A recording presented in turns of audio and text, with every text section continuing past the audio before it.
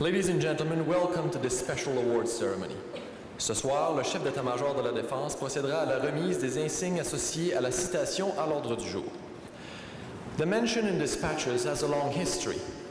Before the introduction of official gallantry decorations, it became customary to mention individuals who had distinguished themselves in combat in dispatches. The dispatches were reports that were sent by the commanders in the field or at sea to the king or queen and to Parliament to inform them of the progress in the campaign. To be mentioned in the dispatches was the honor itself. It did not initially come with any certificate or outward form of recognition. At the beginning, the practice of bringing the services of deserving officers to the attention of high authority was largely confined to formation or unit commanders or senior staff officers.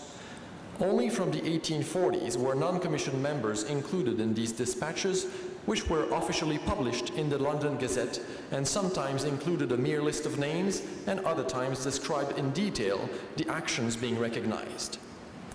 During the Crimean War and later conflicts, the mention was often used as the basis for the award of higher honors, such as the Distinguished Conduct Medal or the Distinguished Service Order. During the First World War, vast numbers of individuals were mentioned in dispatches, but many felt that a more tangible form of recognition should be provided to those mentioned. Therefore, in 1919, King George V authorized the creation of a special certificate to be given to those mentioned in the First World War.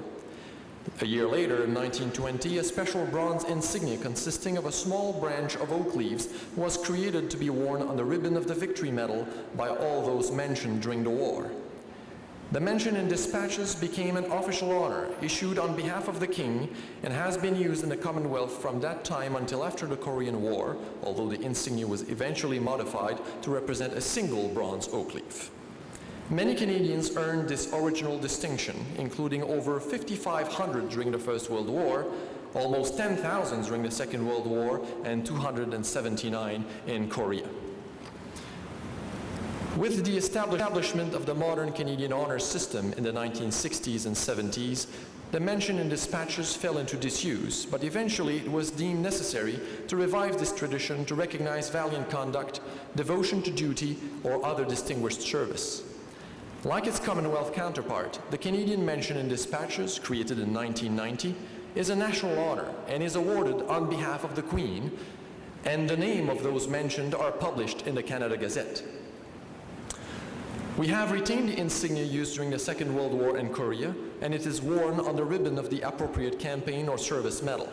Over 150 Canadians have been mentioned in dispatches since 1990. Although it is not an actual decoration or medal, the MID is a very significant award because it is a national honor emanating from the head of state, but perhaps more importantly, because its eligibility is limited to operational service in the field. It is in many ways like a junior version of the military valor decorations, and its direct relation to combat in active operations gives this honor all its prestige. Nous procéderons maintenant à la présentation des insignes. We shall now proceed with the presentation of the insignia.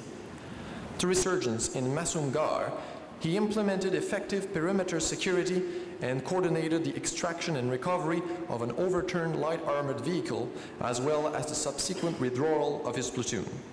His composure and personal efforts under hostile conditions instilled the utmost confidence in his platoon, which contributed to the success of the operation. Sergeant Brian Vincent Adams.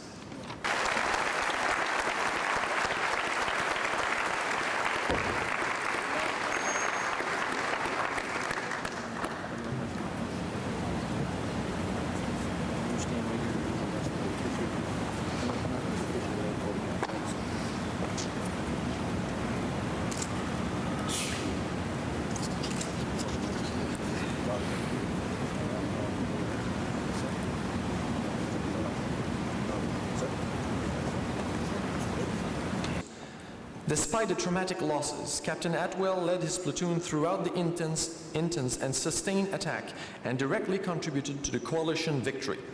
A month later, on April the 28th, his platoon engaged and defeated an approaching enemy force and prevented the ambush of Combat Logistics Patrol. Captain Hugh Llewellyn Atwell.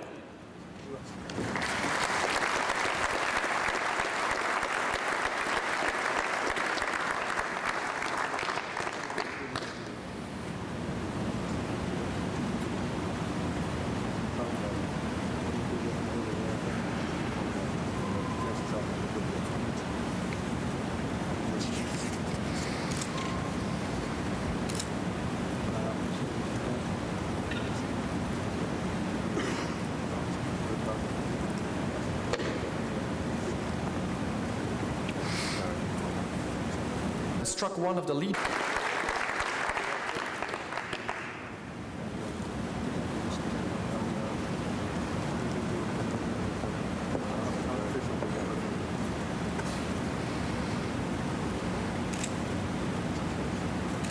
Under heavy enemy fire, which threatened him, the vehicle, and his occupants, Corporal Brophy worked diligently to rig towing cables to extract the exposed vehicle.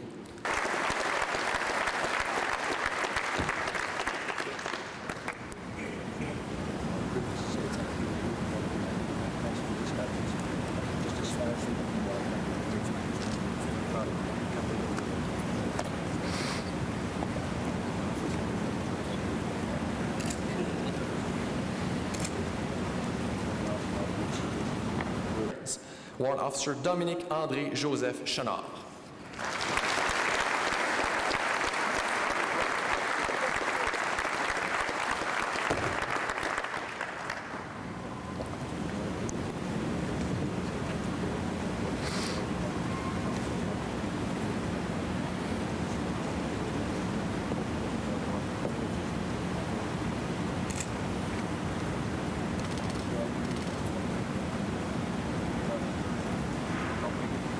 Assessed firing small arms and rocket-propelled grenades from an unidentified location.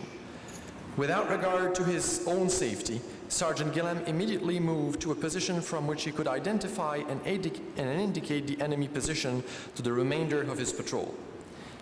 Sergeant Gillam's courageous actions and personal sacrifice during a devastating enemy attack contributed to saving the lives of his fellow soldiers through the rapid identification of the enemy position. Sergeant Craig Paul Gillam.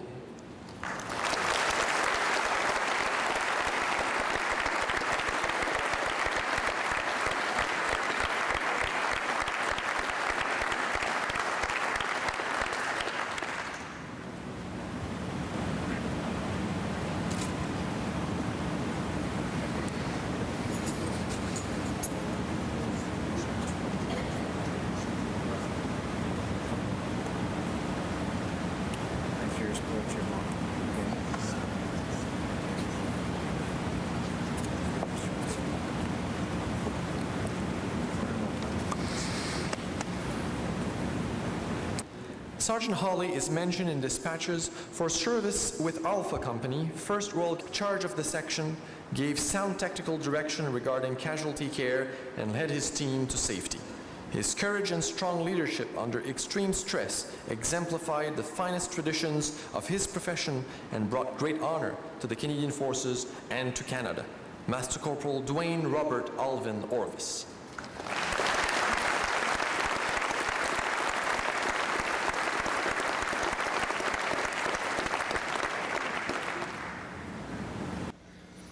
These are heroes all, who found themselves in exceptionally demanding and high-risk circumstances. You are the face of our nation. And when people are in tough circumstances, and when they desperately need help, you are the face that they remember. And that started around this country long ago, continued through the Boer War, into World War I,